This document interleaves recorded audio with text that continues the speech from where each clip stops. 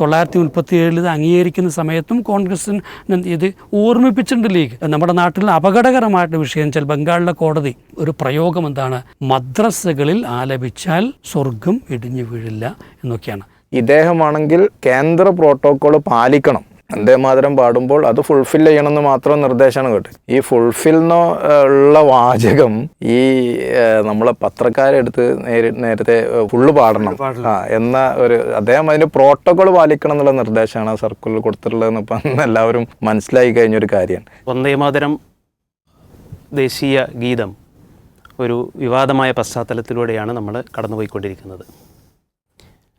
രാജ്യത്തിൻ്റെ സ്വാതന്ത്ര്യ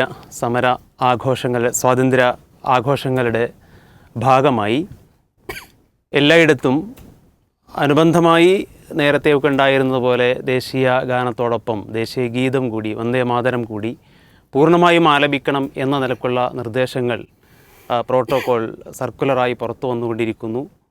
ഒരു ഭാഗത്ത് അത് ഗവർണറുടെ സ്വന്തം ഇഷ്ടപ്രകാരമുള്ള ഒരു നിർദ്ദേശമാണ് എന്ന് പറയുന്നു. മറുഭാഗത്ത് കേന്ദ്ര ഗവൺമെൻറ്റിൻ്റെ നിയമത്തിൻ്റെ അടിസ്ഥാനത്തിൽ ആണ് ഇത് പുറത്തിറക്കിയിരിക്കുന്നത് എന്ന് മറുഭാഗത്ത് പറയുന്നു.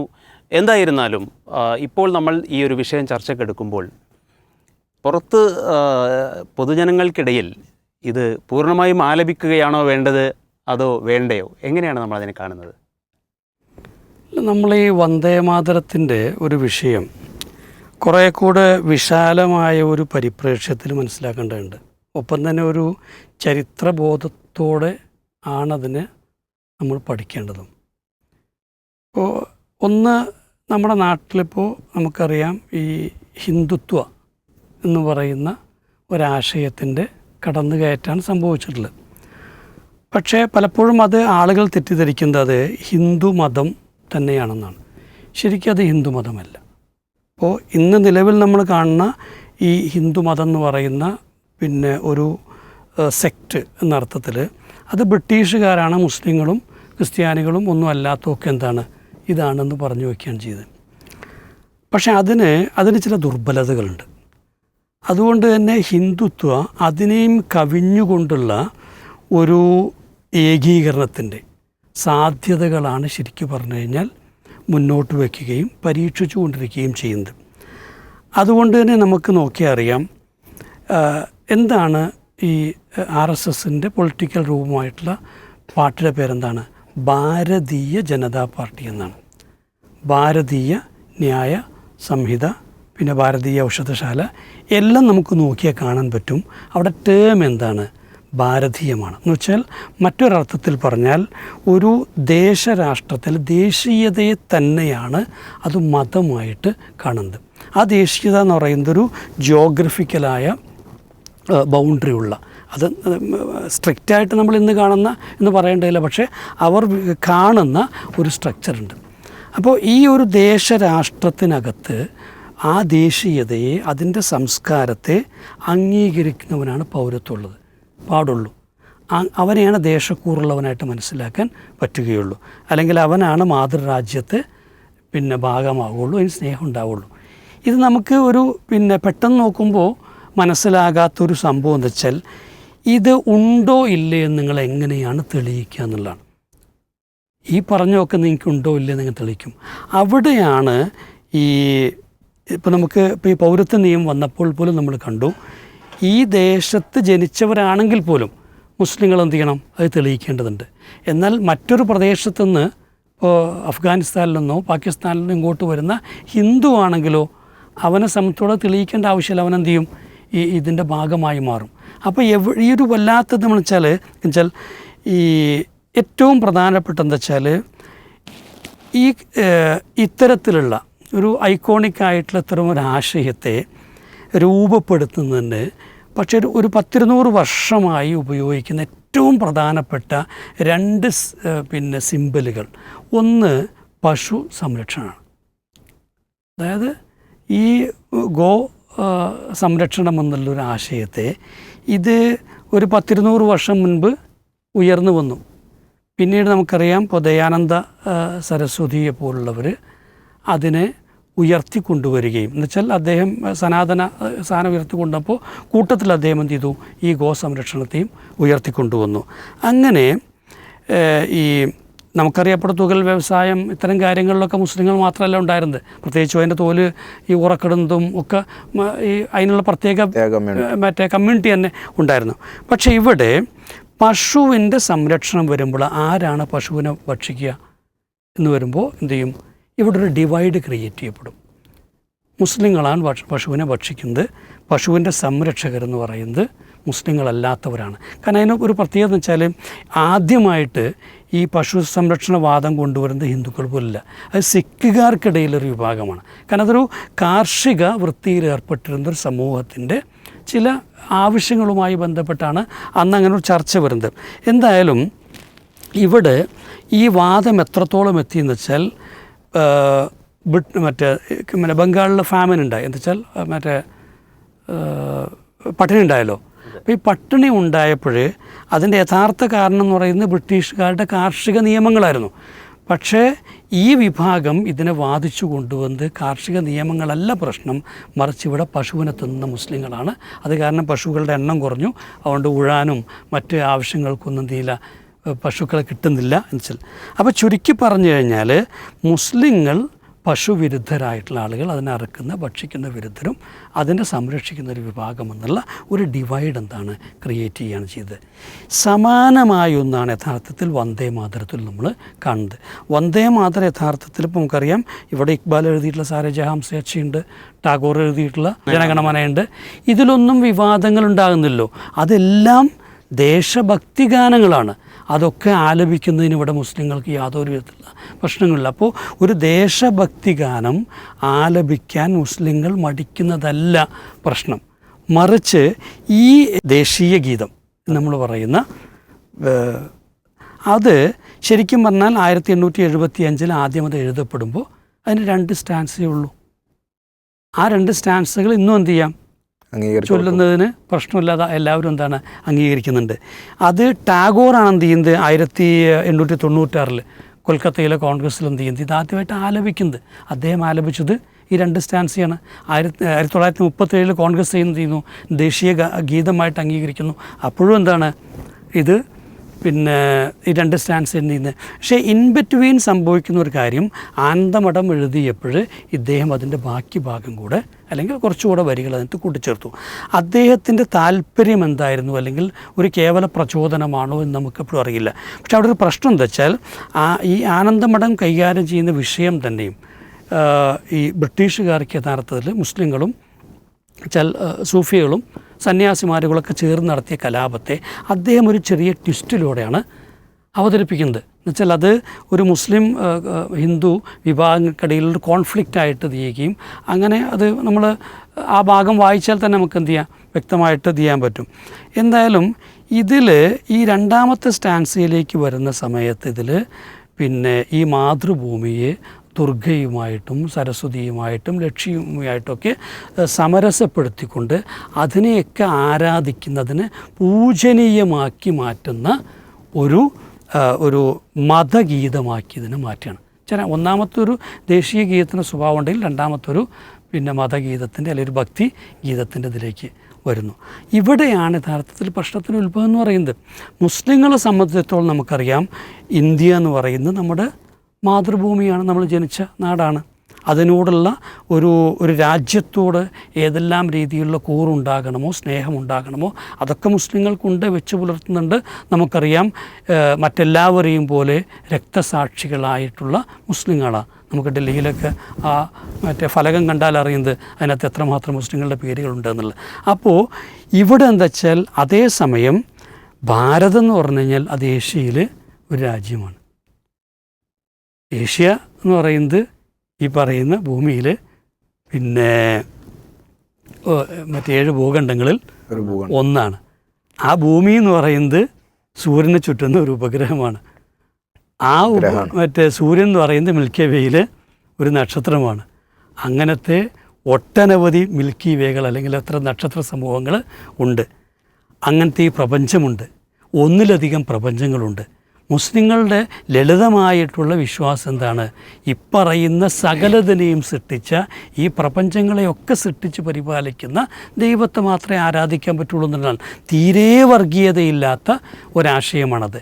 അവിടേക്കാണ് വളരെ ചുരുക്കിയിട്ട് ഈ രാജ്യത്തിൻ്റെ ഒരു ദേവിയായി സങ്കല്പിച്ച് അതിനെ ആരാധിക്കണം എന്ന് പറയുന്നത്. ഇവിടെയാണ് പ്രശ്നങ്ങൾ എന്ത് ചെയ്യുന്നത് സംഭവിക്കുന്നത്. അപ്പോൾ ഇതൊരു വർഗീയവൽക്കരണത്തിനുള്ള ശ്രമമാണ്. മാത്രമല്ല മുസ്ലിങ്ങളെ ഇത്തരം ഒരു അജണ്ട വെച്ചുകൊണ്ട് അന്യവൽക്കരിക്കാൻ പറ്റുമെന്നുള്ള ആശയമാണ്. വേറൊരർത്ഥത്തിൽ പറഞ്ഞാൽ ഇവർ ഈ സംസ്കാരത്തിൻ്റെ ഭാഗമല്ല. അപ്പോൾ ഇതൊരു സാംസ്കാരിക ദേശീയതയാണ്. ആ സംസ്കാരത്തിൻ്റെ ഭാഗമല്ല. ഇവർ മാതൃഭൂമിയോട് സ്നേഹമില്ലാത്ത, കൂറില്ലാത്തവരാണെന്ന് സ്ഥാപിച്ചെടുക്കാൻ വേണ്ടിയാണ് ഇത്തരത്തിൽ എന്ത് ചെയ്യുന്നത് ഈ വന്ദേമാതരം എന്ന്. അപ്പോൾ ഒന്ന് ആലോചിച്ച് നോക്കൂ, ഇത് കേവലം നയപരമായ പ്രശ്നമല്ല. അപ്പോൾ നമുക്കറിയാം നമ്മുടെ നാട്ടിലുള്ള എല്ലാ സംഘടനകളും അല്ലെങ്കിൽ പ്രസ്ഥാനങ്ങളൊക്കെ എടുത്തു കഴിഞ്ഞാൽ അവ ഒന്നുകിൽ ഏതെങ്കിലും ഒരു സിദ്ധാന്തത്തിൻ്റെ അടിസ്ഥാനത്തിൽ ഉണ്ടാവുന്നതാണ്, അല്ലെങ്കിൽ ഒരാദർശത്തിൻ്റെ അടിസ്ഥാനത്തിൽ. സിദ്ധാന്തം എന്ന് പറയുമ്പോൾ ഫാക്ട്സിനെ ബേസ് ചെയ്തുകൊണ്ട് വിലയിരുത്തലൊക്കെ നടത്തിയിട്ട് എന്ത് ചെയ്യും ഉണ്ടാകുന്നതാണ്. അത് കാലികമായി ചിലപ്പോൾ എന്ത് ചെയ്യും പരിഷ്കരിക്കാൻ പറ്റും, അല്ലെങ്കിൽ ഫാക്ട്സ് മാറിക്കഴിഞ്ഞാൽ. ഇപ്പോൾ കമ്മ്യൂണിസം നമുക്കറിയാം, കമ്മ്യൂണിസ്റ്റ് ഒരു സിദ്ധാന്തമാണ്. ആ സിദ്ധാന്തത്തിന് ചില അടിസ്ഥാനങ്ങളുണ്ട്. ആ അടിസ്ഥാനങ്ങൾ തെറ്റാണെന്ന് തെളിഞ്ഞാൽ എന്ത് ചെയ്യും അവർക്കത് മാറ്റുന്നതിന് പ്രശ്നമില്ല. എന്നാൽ ആദർശങ്ങൾ എന്താണ്? അവ പലപ്പോഴും ഒരു സമൂഹം ആർജിക്കേണ്ട മൂല്യങ്ങൾ എന്താണോ, അല്ലെങ്കിൽ അത് പ്രൊജക്റ്റ് ചെയ്യുന്ന ഒരു വലിയ വിഷൻ ഉണ്ടാവും. അതിനെ മുൻനിർത്തിയായിരിക്കും എന്ത് ചെയ്യുക ഇത് ചിന്തിക്കുന്നത്. അതുതന്നെയും ദൈവീക മതങ്ങളാകുമ്പോൾ ദൈവം നൽകിയ ആശയങ്ങളുടെ അടിസ്ഥാനത്തിലാണത് രൂപപ്പെടുത്തുന്നത്. അപ്പോൾ അതിൻ്റെ വിശ്വാസങ്ങളും കർമ്മങ്ങളും ആചാരങ്ങളും സംസ്കാരവും എല്ലാം തന്നെ ദൈവീകമാണ്. അവിടെ ആലോചിച്ച് നോക്കൂ, നമ്മുടെ നാട്ടിൽ ഈ പാർട്ടികളോ സംഘടനകളൊക്കെ ഈ നയപരമായി എടുക്കുന്നൊരു തീരുമാനം അത് മാറിയാൽ പോലും വലിയ വിവാദം ഉണ്ടാവും. ഇപ്പോൾ ആലോചിച്ച് നോക്കൂ, ഇപ്പോൾ PMC ഒരു നയപരമായ വിഷയമാണ് അല്ലേ? അതിൽ നയപരമായ വ്യതിയാനമുണ്ടായോ? അല്ലെങ്കിൽ മുസ്ലിം ലീഗിന് നയവ്യതിയാനമുണ്ടായോ എന്ന ചോദ്യം വരുന്നത് എന്തുകൊണ്ടാണ്? അത് കേവലം നയമാണെങ്കിൽ പോലും അത് മാറ്റാൻ പാടില്ല എന്നാണ് വിശ്വസിക്കുന്നത്. അപ്പോൾ ഒരാദർശമാണെങ്കിലോ, അത് തന്നെ ഒരു ദൈവിക ആദർശമാണെങ്കിലോ ഇത് മാറ്റണമെന്ന് പറയുന്നത് എത്രമാത്രം വിചിത്രമായിട്ടുള്ളൊരു വാദമാണ്. അപ്പോൾ ഇവിടെയാണ് നമ്മളെ സംബന്ധിച്ചിടത്തോളം നയവ്യതിയാനമല്ല, ആദർശത്തിൻ്റെ വ്യതിയാനമാണെന്ന് നമ്മൾ പറയുന്നത്. അത് അസാധ്യമായൊരു കാര്യമാണ്. അപ്പോൾ ഞാൻ വെച്ചാൽ ഈ ജയ് ശ്രീറാം എന്നത് നമുക്കറിയാം മതപരമായിട്ടാണ് നിർബന്ധിക്കപ്പെടുന്നത്. അതിൻ്റെ ഒരു നേഷണലൈസ്ഡ് വേർഷൻ, ഒരു ദേശീയ ഒരു സ്വഭാവമുള്ള വേർഷനാണ് ഈ വന്ദേമാതരം എന്ന് പറയുന്നത്. അപ്പോൾ ഒന്നിനെ മറച്ചു പിടിക്കാൻ പറ്റുന്ന ഒരു മറ കൂടെയാണ് ശരിക്കും വെച്ചാൽ.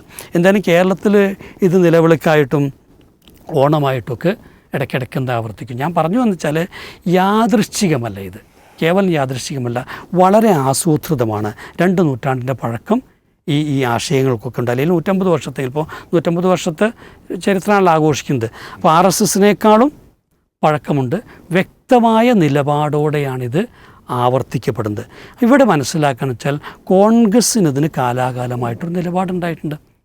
അതുകൊണ്ട് തന്നെ അത് ഈ പുതിയ തലമുറക്ക് അറിയില്ലെങ്കിൽ കോൺഗ്രസ് അവരെ പഠിപ്പിക്കേണ്ടതുണ്ട്. ലീഗിനെ സംബന്ധിച്ചിടത്തോളം ഇതിൽ വളരെ കൃത്യമായ ഇതുണ്ട്. 937 ഇത് അംഗീകരിക്കുന്ന സമയത്തും കോൺഗ്രസ്സിന് ഇത് ഓർമ്മിപ്പിച്ചിട്ടുണ്ട് ലീഗ്.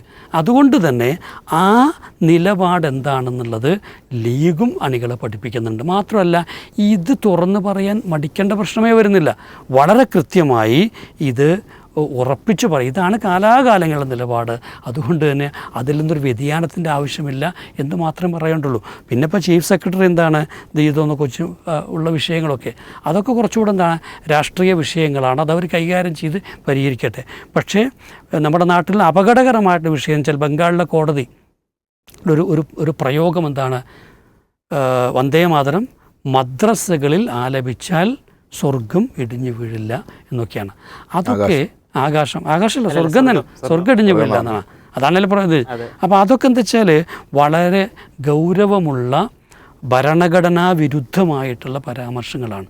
അതുകൊണ്ട് തന്നെ കോടതികൾ കൈവിട്ട കളി കുറച്ചു കാലമായിട്ട് കളിക്കുന്നുണ്ട്. അതിലേക്ക് എന്താ വെച്ചാൽ പലപ്പോഴും അതൊക്കെ തിരുത്തേണ്ടത് നിയമജ്ഞർ തന്നെയാണെന്നുള്ളതാണ് പ്രധാനമായിട്ടുള്ളത്. എന്തായാലും ഇപ്പോൾ നമ്മൾ കുറിച്ചിപ്പോൾ ഈ നമ്മുടെ തമിഴ്നാട്ടിൽ എന്ത് ചെയ്തു, അപ്പോൾ അവർ സംയുക്തമായിട്ട് പ്രമേയം പാസ്സാക്കി. ഉം. അവരുടെ തായ് വാഴ്ത്ത് പാട്ട് തന്നെയാണ് ആദ്യം എന്ത് ചെയ്യുക പാടുന്നുള്ളത്. അപ്പോൾ ആലോചിച്ച് നോക്കൂ, അത് മതപരമായതുകൊണ്ട് പോലുമല്ല, ദേശീയമാണ്. അതായത് തമിഴ് ദേശീയതയ്ക്കാണ് മുൻഗണന. അപ്പോൾ ഇന്ത്യ എന്ന് പറയുന്ന മഹാരാജ്യത്ത് തമിഴ് ദേശീയതയെ മുൻനിർത്തിക്കൊണ്ട് അവർക്ക് വന്ദേ മാതരത്തെ എതിർക്കാമെന്നുണ്ടെങ്കിൽ അതിനേക്കാളും ഉയർന്ന് നിൽക്കുന്നൊരു സാധനമാണ് വ്യക്തികളെ സംബന്ധിച്ചിടത്തോളം അവരുടെ മതം എന്ന് പറയുന്നത്. ആ മതത്തിൻ്റെ പേരിൽ ഇതിനെ എതിർക്കാൻ പറ്റില്ല, അല്ലെങ്കിൽ അതിനെ തള്ളിക്കളയാൻ പറ്റില്ല, അല്ലെങ്കിൽ അതിൻ്റെ ചില ആശയങ്ങളെ നമുക്ക് ഉൾക്കൊള്ളാൻ പറ്റില്ല, പാടാൻ പറ്റില്ല എന്ന് പറയുന്നതിൽ ഒരു തെറ്റും എന്താണ് ഇല്ല. ഇത് നമ്മളെന്തായാലും വിശ്വാസവിരുദ്ധമായത് കൊണ്ട് തന്നെയാണ് നമ്മൾ എതിർക്കുന്നത്. എന്തായാലും അതെല്ലാവരും മനസ്സിലാക്കേണ്ടതുണ്ട്. അത് ഇനി ഇത് ആവർത്തിക്കുമ്പോൾ, ഇനി വീണ്ടും ഉയർത്തി കാണിക്കുമ്പോൾ എന്താണ് ഇതിലെ വ്യക്തമായ നിലപാടുകൾ ഇതാണെന്ന് നമുക്ക് എല്ലാവർക്കും പറയാൻ കഴിയണം. അത് കോൺഗ്രസും ലീഗൊക്കെ അതിനകത്ത് ഒരു ഉറച്ച നിലപാടിലേക്ക് വരട്ടെ. മാത്രമല്ല സെക്യുലർ കക്ഷികളെല്ലാം തന്നെ ഒരു ഉറച്ച നിലപാടിലേക്ക് വന്നു കഴിഞ്ഞാൽ തിരുത്താവുന്നതേ ഉള്ളൂ. ഇത് ഈ ഒരു അഴകുഴമ്പത്തിൽ നിൽക്കുന്നത് കൊണ്ടാണ് പലപ്പോഴും ഇത് വീണ്ടും വീണ്ടും ശക്തമായി ഇതിൻ്റെ കക്ഷികൾ ഉന്നയിക്കാൻ കഴിയുന്നത് എന്നുള്ളതാണ് യാഥാർത്ഥ്യം. തീർച്ചയായും സംസ്ഥാന സർക്കാരിൻ്റെ സർക്കുലർ കാണുമ്പോൾ എന്തായാലും ഇത് ആലപിക്കേണ്ടതില്ല എന്ന ഒരു ഉത്തരത്തിലേക്ക് നമുക്ക് എത്താം എന്നത് വളരെ ശ്ലാഘനീയമായ ഒരു കാര്യമാണ്. ഈ ഒരു ചർച്ചയുടെ മറുഭാഗത്തേക്ക് നമ്മൾ വരുമ്പോൾ ഇന്ത്യൻ നാഷണൽ കോൺഗ്രസ് പോലെയുള്ള പ്രസ്ഥാനങ്ങൾ വളരെ കാലം മുതൽ തന്നെ മുമ്പ് മുതൽ തന്നെ ഈ മതനിരപേക്ഷ കക്ഷികളെ ചേർത്ത് പിടിച്ചുകൊണ്ട് ഇത്തരം ഫാസിസ്റ്റ് നീക്കങ്ങളെ നേരിട്ടൊരു ചരിത്രമുണ്ട്. ഇത്തരം ഘട്ടങ്ങളിൽ അത് എങ്ങനെയായിരിക്കണം അതിൻ്റെ ഒരു പുതിയ രൂപം എന്ന് പറയുന്നത്? ഇപ്പം ഇതിനകത്ത് അമിത് മാഷ് സൂചിപ്പിച്ച പോലെ ഇതിൻ്റെ ഒരു ചരിത്രപരമായ വന്ദേമാതരത്തിൻ്റെ ചരിത്രപരമായ ഒരു സാഹചര്യം പുതിയ തലമുറയെ നമ്മൾ ഒന്നുകൂടി അതുണ്ടായി വരുന്നതിൻ്റെ ഒരു സാഹചര്യവും എങ്ങനെയാണ് ഒരു ദേശീയ ഗീതം എന്ന തലത്തിലേക്ക് അത് സ്വാതന്ത്ര്യ സമര കാലഘട്ടത്തിൽ അംഗീകരിക്കപ്പെട്ടു വന്നത് എന്നതിനെക്കുറിച്ച് വീണ്ടും പറയേണ്ട ഒരു സാഹചര്യത്തിലേക്ക് ഇത്തരം ചർച്ചകൾ വന്നിരിക്കുകയാണ്. അപ്പോൾ ദേശീയ പ്രസ്ഥാനവുമായി ബന്ധപ്പെട്ടും ഭരണഘടനാ അസംബ്ലിയുമായി ബന്ധപ്പെട്ടുള്ള ചരിത്രങ്ങൾ നമ്മൾ പരിശോധിക്കുമ്പോൾ ഭരണഘടനാ അസംബ്ലിയിൽ വലിയ ചർച്ചകൾ ഈ വിഷയത്തിൽ ഉണ്ടാവുന്നുണ്ട്. ഇത് ദേശീയ ഗാനമാക്കണമോ വേണ്ടയോ എന്നുള്ളത് വലിയ ആശയ അങ്ങോട്ടും ഇങ്ങോട്ടുള്ള തർക്കങ്ങൾ ആ വിഷയത്തിൽ ഉന്നയിക്കപ്പെടുന്നുണ്ട്. അവസാനം ഡോക്ടർ രാജേന്ദ്ര പ്രസാദ് വോട്ടിനിട്ടിട്ടാണ് സത്യത്തിൽ ജനഗണമന ദേശീയ ഗാനമായി പ്രഖ്യാപിക്കുന്നതും വന്ദേ മാതരത്തിന് ദേശീയ ഗീതത്തിൻ്റെ സ്റ്റാറ്റസ് നൽകി മുന്നോട്ട് പോകുന്നതും ഒരു തർക്ക പരിഹാരം എന്ന നിലക്കാണ് സത്യത്തിൽ അത് സംഭവിക്കുന്നത്. പക്ഷെ അവിടെ നമ്മൾ മനസ്സിലാക്കേണ്ടത് നമ്മുടെ ദേശീയ പ്രസ്ഥാനത്തിൻ്റെ നേതാക്കന്മാരെല്ലാവരും നെഹ്റുവിൻ്റെ സ്റ്റാൻഡയിൽ വളരെ പ്രധാനപ്പെട്ടൊരു കാര്യമായിരുന്നു ഇന്ത്യയുടെ ഒരു നാഷണൽ സിംബലാക്കി മാറ്റുന്ന ഒരു കാര്യവും അത് ഒരു മതവിഭാഗത്തെയും ഹേർട്ട് ചെയ്യുന്ന, ഒരു മതവിഭാഗത്തിന് ഉൾക്കൊള്ളാൻ സാധിക്കാത്ത കാര്യങ്ങളാവരുത് എന്ന എല്ലാ കാര്യത്തിലും നെഹ്റു സ്വീകരിച്ചിട്ടുള്ളൊരു നയം വളരെ പ്രസക്തമായൊരു നയമായതുകൊണ്ടും അത് മുസ്ലിങ്ങളടക്കം ഉൾക്കൊള്ളാനുള്ളൊരു ശ്രമമായതുകൊണ്ടുമാണ് ഒരു ഹിന്ദു മെജോറിറ്റേറിയൻ രാഷ്ട്രമെന്ന് സങ്കല്പിക്കാവുന്ന ഒരു രാഷ്ട്രത്തിൽ മതേതരത്വത്തിൻ്റെ സിംബലായി എല്ലാ കാര്യങ്ങളും വന്നത് നമ്മളെ നാഷണൽ ആന്തവും ആ നിലക്ക് പരമാവധി ഒരു സെക്യുലർ രീതിയിൽ വരാനുള്ളൊരു വലിയ കാരണം. അതേപോലെ തന്നെ ഭരണഘടനയുടെ ശില്പി എന്ന് നമ്മൾ പറയുന്ന ഡോക്ടർ അംബേദ്കറും ഈ വിഷയത്തിൽ ഭരണഘടനാ അസംബ്ലിയിൽ കൃത്യമായ നിലപാടുകളെടുത്തത് ചരിത്രം പഠിക്കുമ്പോൾ നമുക്ക് മനസ്സിലാക്കാൻ സാധിക്കും.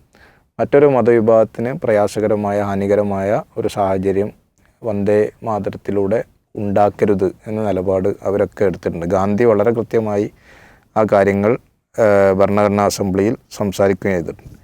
ഇത് നമ്മൾ വീണ്ടും നമ്മുടെ രാഷ്ട്രീയ നേതൃത്വങ്ങളെയും നമ്മുടെ പുതിയ തലമുറയെയും പഠിപ്പിക്കുക, അവരെ എഡ്യൂക്കേറ്റ് ചെയ്യുക എന്നുള്ളതാണ് പുതിയ കാലത്ത് നമുക്ക് ചെയ്യേണ്ട ഏറ്റവും പ്രധാനപ്പെട്ട ഒരു ഉത്തരവാദിത്വം. ഇതുവരെ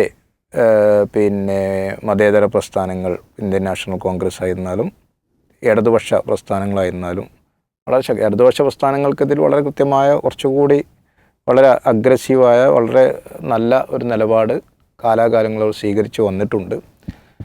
ഇന്ത്യൻ നാഷണൽ കോൺഗ്രസിൻ്റെ ഒരു സാഹചര്യം ഇന്നത്തെ ഇന്ത്യയിൽ ഒരു വലിയ വിഭാഗത്തെ അതൃപ്തികരമായ സാഹചര്യത്തിലേക്ക് നയിക്കുമെന്ന് ഭയപ്പെടാതെ തന്നെ ഈ ഏറ്റവും ലാസ്റ്റ് അവർ ആദ്യത്തെ 2 സ്റ്റാൻസ മാത്രം മതി, അതിനപ്പുറത്തേക്കുള്ളത് അംഗീകരിക്കേണ്ടതില്ല എന്ന് ഉള്ളൊരു നിലപാട് ഈ 2026 സാഹചര്യത്തിലും ഇന്ത്യൻ നാഷണൽ കോൺഗ്രസ് എടുത്ത് മുന്നോട്ട് പോകുന്നു എന്നുള്ളത് ഇതിനെ ഒരു മതേതരത്വത്തിൻ്റെ ഭൂമികയിൽ കാണുന്ന എല്ലാവരെ സംബന്ധിച്ചിടത്തോളം വളരെ ആശാവഹമായ ഒരു കാര്യമാണ്.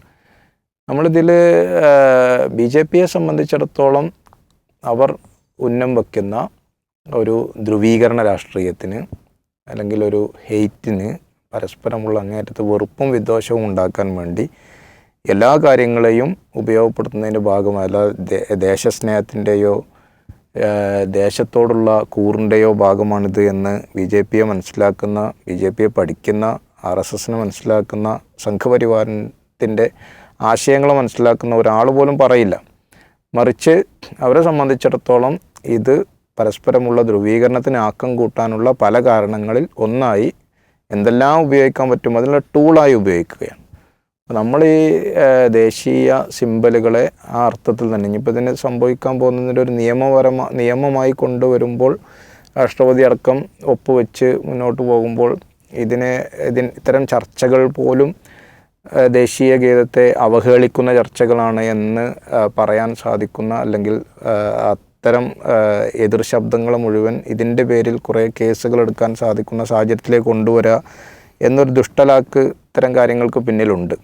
ഇപ്പോൾ ഇന്ത്യൻ കോടതികളുടെ ഒരു കാര്യം പറഞ്ഞു, കോടതികളിലാണ് നമുക്ക് പലപ്പോഴും പ്രതീക്ഷ. പക്ഷേ ഈ ഓപ്പോസിഷൻ ലീഡർ രാഹുൽ ഗാന്ധി പറയുന്ന വസ്തുതകൾ നമ്മൾ വീണ്ടും ആവർത്തിച്ച് ഉറക്കെ പറയേണ്ട ഒരു കാലഘട്ടത്തിൽ കൂടിയാണ് ഇത്തരം വിധികളും ഇത്തരം ആളുകൾ. ഇന്ത്യയുടെ എല്ലാ ബ്യൂറോക്രസിയിലും എല്ലാ ഉദ്യോഗസ്ഥ വൃന്ദങ്ങളിലും തലങ്ങളിലും RSSൻ്റെ സ്വാധീനം, അത് കഴിവിനപ്പുറത്ത് RSSകാരനാണ് എന്നതിൻ്റെ അടിസ്ഥാനത്തിൽ മാത്രം ആളുകൾ കഴിഞ്ഞിട്ടുണ്ട് എന്നതിൻ്റെ മറ്റൊരു ഉദാഹരണമാണ് ഇങ്ങനെ ഹിന്ദുത്വയെ കൂടുതൽ അവരെ ഉത്തേജിപ്പിക്കുന്ന, അവർക്ക് പ്രോത്സാഹനം നൽകുന്ന വേഡിക്റ്റുകൾ അല്ലെങ്കിൽ പോലും കോടതികളുടെ പരാമർശങ്ങൾ ഇടയ്ക്കിടയ്ക്ക് പുറത്തു വരുന്നതിൻ്റെ പിന്നിലെന്നുള്ളത് ഇന്ത്യയിലെ മുഴുവൻ മനുഷ്യരും മനസ്സിലാക്കുന്ന ഒരു കാര്യമാണ്.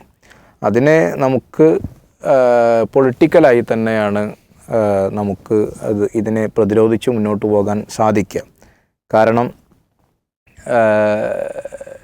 ഇന്ത്യയെ സംബന്ധിച്ചിടത്തോളം ഇൻക്ലൂസീവ് ആയിട്ടല്ലാതെ ഒരിക്കലും ഇന്ത്യക്ക് നിലനിൽക്കാൻ സാധിക്കില്ല എന്നുള്ളത് വളരെ ചരിത്രപരവും ഇന്നത്തെ കാലത്തെ യാഥാർത്ഥ്യങ്ങളും നമ്മളോട് നിരന്തരം പറഞ്ഞുകൊണ്ടിരിക്കും. ഇന്ത്യയെപ്പോലുള്ള രാജ്യത്തിന് ഒരിക്കലും ഒരു ഏകശിലാ രൂപത്തിൽ മുന്നോട്ട് പോകാൻ കഴിയില്ല എന്നുള്ളതും, രാഷ്ട്രീയക്കാരും രാഷ്ട്രീയ പ്രതിനിധികളും പരാജയപ്പെട്ടിടത്താണ് നമ്മളുടെ ഏറ്റവും പുതിയ ജൻസി കുട്ടികൾ വലിയൊരു വിപ്ലവം സൃഷ്ടിക്കുകയും അധികാരത്തിൻ്റെയും അധീശത്വത്തിൻ്റെയും 56 ഇഞ്ച് നെഞ്ചിൻ്റെ വലിയ വിരിമാറ് പിടർത്തി നിൽക്കുന്ന വ്യക്തിയെ മുട്ടുകുത്തിക്കുകയും ചെയ്തത് എന്നത് നമ്മൾ കണ്ടതും, പുതിയ കാലത്ത് ഒരു സമരം അവിടെ അവസാനിപ്പിക്കാതെ ഓരോ വിഷയത്തിലും മുന്നോട്ട് കൊണ്ടുപോകുന്നു നിരന്തരം പ്രഖ്യാപിക്കുകയും, ഞങ്ങളൊരു രാഷ്ട്രീയ സംഘടനയായിട്ടോ രാഷ്ട്രീയ പാർട്ടിയായിട്ടല്ല ഞങ്ങൾ മുന്നോട്ട് പോവുക, മറിച്ച് ഞങ്ങളിത്തരം പ്രത്യേകിച്ചും BR അംബേദ്കറിൻ്റെ ഒക്കെ ആശയങ്ങളെ മുൻനിർത്തിക്കൊണ്ട് മുന്നോട്ട് പോകുമെന്ന് പ്രഖ്യാപിക്കുന്നതും, ഇത്തരം കാര്യങ്ങളിലൊക്കെ ഏതൊരു മതവിശ്വാസിക്കും മുസ്ലിങ്ങളെ സംബന്ധിച്ചിടത്തോളം അവർക്കുള്ള വലിയ പ്രതീക്ഷയായി നമുക്ക് ഭൗതികമായി അവരുടെ വിശ്വാസ സാഹചര്യങ്ങൾ നിലനിർത്താൻ സാധിക്കുന്ന സാഹചര്യങ്ങൾ ഒരുക്കുന്നതിൻ്റെ ഭാഗമായിട്ട് നമുക്ക് കാണാൻ സാധിക്കുന്നതാണ്. അപ്പോൾ ഒരു നിരാശാബോധം ഒരു മുസ്ലിമിനെ സംബന്ധിച്ചോ ഒരു വിശ്വാസിയെ സംബന്ധിച്ചോ ഇത്തരം ഘട്ടങ്ങളിലൊന്നും ആവശ്യമില്ല എന്നുള്ളതാണ്. ഏതു പ്രതിസന്ധിയെയും മറികടക്കാവുന്ന സാഹചര്യങ്ങൾ ലോകത്തിൻ്റെ സൃഷ്ടാവ് ഈ മതത്തെ നിലനിർത്തുമെന്ന് പ്രഖ്യാപിച്ച സൃഷ്ടാവ് നിലനിർത്തും എന്നുള്ളത് ഒരു മുസ്ലിമിനെ സംബന്ധിച്ചിടത്തോളം നമുക്ക് തീർച്ചയായും ആ ഒരു ആത്മവിശ്വാസം ഉണ്ടാകുന്നുള്ളതാണ് ആ കാര്യത്തിൽ സൂചിപ്പിക്കാനുള്ളത്. അതേ സമയത്ത് ഇപ്പോൾ കേരളവുമായി ബന്ധപ്പെട്ട് ഇപ്പോൾ ഈ ഏറ്റവും ലാസ്റ്റ് ഉണ്ടാകുന്ന വിവാദത്തിൽ കേരളത്തിലെ മാധ്യമ പ്രവർത്തകർ സ്വീകരിച്ചൊരു നിലപാട് നമ്മൾ ശരിക്കും വിമർശന വിധേയമായി പഠിക്കേണ്ടതുണ്ട് എന്ന് തോന്നുന്നു. ഒന്നാമത്തത് ചീഫ് സെക്രട്ടറി ഏറ്റവും പുതുതായി നിയമിക്കപ്പെട്ട ഒരു ഉത്തരേന്ത്യക്കാരനായ ചീഫ് സെക്രട്ടറിക്ക് കേരളീയ സമൂഹത്തിൻ്റെ ഈ ഒരു സെക്യുലർ ഫാബ്രിക്സ് എത്രമാത്രം വളരെ സീരിയസ് ആണ് എന്നും അത് എത്രമാത്രം വളരെയധികം കണക്റ്റഡാണ്, ആളുകൾ വളരെ ജാഗ്രതയുള്ള ആളുകളാണ് എന്നുള്ളത് ബോധ്യപ്പെട്ടില്ല എന്ന് പറയാൻ നമുക്ക് കഴിയില്ല. കാരണം അദ്ദേഹം ഒരുപാട് കാലം കേരളത്തിൽ ജീവിച്ചിട്ടുള്ള ആൾക്ക്. പക്ഷേ ഇതിൻ്റെ ഒരു ഗൗരവം അയാൾക്ക് ബോധ്യപ്പെട്ടിട്ടുണ്ടാവാൻ സാധ്യതയില്ല. അതുകൊണ്ടാണ് കോൺഗ്രസ് പോലെ ഇങ്ങനെ ഉള്ള ഒരു സർക്കാർ, മുസ്ലിം ലീഗ് അടക്കമുള്ള മതേതര കക്ഷികളെല്ലാവരും ഉള്ള ഒരു സർക്കാരിൻ്റെ കാലത്തും ഇപ്പോൾ ഗവർണറുടെ ഔദ്യോഗിക പ്രസ്താവന വന്നു കഴിഞ്ഞു, ഞങ്ങൾ അങ്ങനെ ഒരു നിർദ്ദേശം കൊടുത്തിട്ടില്ല. ഇദ്ദേഹമാണെങ്കിൽ കേന്ദ്ര പ്രോട്ടോക്കോൾ പാലിക്കണം, വന്ദേമാതരം പാടുമ്പോൾ അത് ഫുൾഫിൽ ചെയ്യണമെന്ന് മാത്രം നിർദ്ദേശമാണ് കേട്ടത്. ഈ ഫുൾഫിൽന്നോ ഉള്ള വാചകം ഈ നമ്മളെ പത്രക്കാരെടുത്ത് നേരത്തെ ഫുള്ള് പാടണം എന്ന ഒരു, അദ്ദേഹം അതിന് പ്രോട്ടോകോൾ പാലിക്കണം എന്നുള്ള നിർദ്ദേശമാണ് സർക്കുലർ കൊടുത്തിട്ടുള്ളതെന്ന് ഇപ്പം എല്ലാവരും മനസ്സിലായി കഴിഞ്ഞൊരു കാര്യമാണ്. എന്നാൽ പോലും ഇപ്പോൾ നേരത്തെ തമിഴ്നാട് പറഞ്ഞ പോലെ തമിഴ്നാട്ടിലും കർണാടകത്തിലും കേരളത്തിലൊക്കെ ഇങ്ങനൊരു സർക്കുലർ കൊടുക്കുന്നതിന് മുമ്പ് ഗവൺമെൻറ്റിൻ്റെ സ്റ്റാൻഡ് എന്ത് എന്ന് കൃത്യമായും തിരിച്ചറിയാൻ ഈ ഒരു ചീഫ് സെക്രട്ടറി തയ്യാറാകേണ്ടിയിരുന്നു എന്നുള്ളത് കേരളത്തിലെ ഭരണകൂടം വളരെ വിജിലൻ്റ് ആവേണ്ടതുണ്ട്. പ്രത്യേകിച്ചും നിരന്തരമായ ആരോപണങ്ങൾ ചെറുതും വലുതുമായ രീതിയിൽ വന്നുകൊണ്ടിരിക്കുന്നൊരു സാഹചര്യത്തിൽ ഭരണകൂടം വിജിലൻ്റ് ആവേണ്ടതിൻ്റെ ഒരു സൂചനയായി നമുക്കിതിനെ കാണാൻ സാധിക്കും. അത് ഭരണകൂടം അത് വളരെ ഗൗരവത്തിൽ അതിനെ കാണുകയും ഉടനെ തന്നെ തിരുത്താൻ ശ്രമിക്കുകയും ചെയ്തു എന്നുള്ളത് തീർച്ചയായും ജനങ്ങൾ ഞങ്ങൾക്ക് നൽകിയ മാൻഡേറ്റ് എന്ത് എന്ന് തിരിച്ചറിയുന്ന ജനങ്ങൾ UDFന് ഇത്ര വലിയ ആഘോഷത്തോടുകൂടി സ്വീകരിച്ച് കസേരകളിൽ കൊണ്ടുചെന്നിരുത്തിയത് അവരുടെ കഴിവ് കൊണ്ടോ അല്ലെങ്കിൽ അവരുടെ വലിയ ഗ്രൗണ്ട് ലെവലുള്ള പ്രവർത്തനങ്ങൾ കൊണ്ടല്ല എന്നുള്ള ഒരു തിരിച്ചറിവ് UDFനുണ്ട് എന്നാണ് നമ്മൾ ഇതുവരെ മനസ്സിലാക്കുന്നത്. അതിൻ്റെ ഒരു തിരിച്ചറിവ് അവർ കഴിഞ്ഞ ദിവസങ്ങളിൽ കാണിച്ചിട്ടുണ്ട് എന്നുള്ളത് ഇപ്പോൾ TG മോഹൻദാസിൻ്റെ അറസ്റ്റാണെങ്കിലും അതേപോലെ തന്നെ അർജുൻ ആയങ്കിയെ പിടികൂടിയ വിഷയമാണെങ്കിലും വന്ദേമാതരത്തിലെടുത്ത കൃത്യമായൊരു സമീപനം, വന്ദേമാതരം പാടേണ്ടതില്ല, ദേശീയ ഗാനം പാടിയാൽ മതി എന്ന് സർക്കുലർ പുറപ്പെടുവിക്കുകയും അത് കൃത്യമായി ഗവൺമെൻറ് ഒഫീഷ്യൽ ആ തലത്തിൽ സർക്കുലർ കൃത്യമായി അത് പുറത്ത് വരികയും ചെയ്തു എന്നുള്ളത് സാധാരണഗതിയിൽ ഒരു കോൺഗ്രസ് ഗവൺമെൻറ്റിൻ്റെ ഭാഗത്ത് നിന്ന് പെട്ടെന്നുണ്ടാവുന്ന നടപടിയല്ല. കാരണം ഒരു ഭൂരിപക്ഷ സമൂഹത്തെ അത്ര പെട്ടെന്ന് നമ്മൾ അവരെ വെറുപ്പിക്കേണ്ടതില്ല എന്നുള്ള സമീപനമാണ് സ്വീകരിക്കാറുള്ളത്. പക്ഷേ കേരളത്തിൻ്റെ മനസ്സാക്ഷി എന്ത്, കേരളത്തിലെ ഹിന്ദു കമ്മ്യൂണിറ്റിയും കേരളത്തിലെ എല്ലാ കമ്മ്യൂണിറ്റികളും ഉൾക്കൊള്ളുന്ന ഒരു സെക്യുലർ സാഹചര്യം എന്ത് എന്ന് മനസ്സിലാക്കി അനുസരിച്ച് പ്രതികരിച്ചു എന്നുള്ളത് തീർച്ചയായും ഗവൺമെൻറ്റിൻ്റെ ഒരു അപ്രീഷിയേറ്റ് ചെയ്യപ്പെടേണ്ട കാര്യമായിട്ട് നമ്മൾ കാണുകയും ചെയ്യണം എന്നുള്ളതാണ് കേരളത്തിൻ്റെ സാഹചര്യത്തിൽ പറയാനുള്ളത്.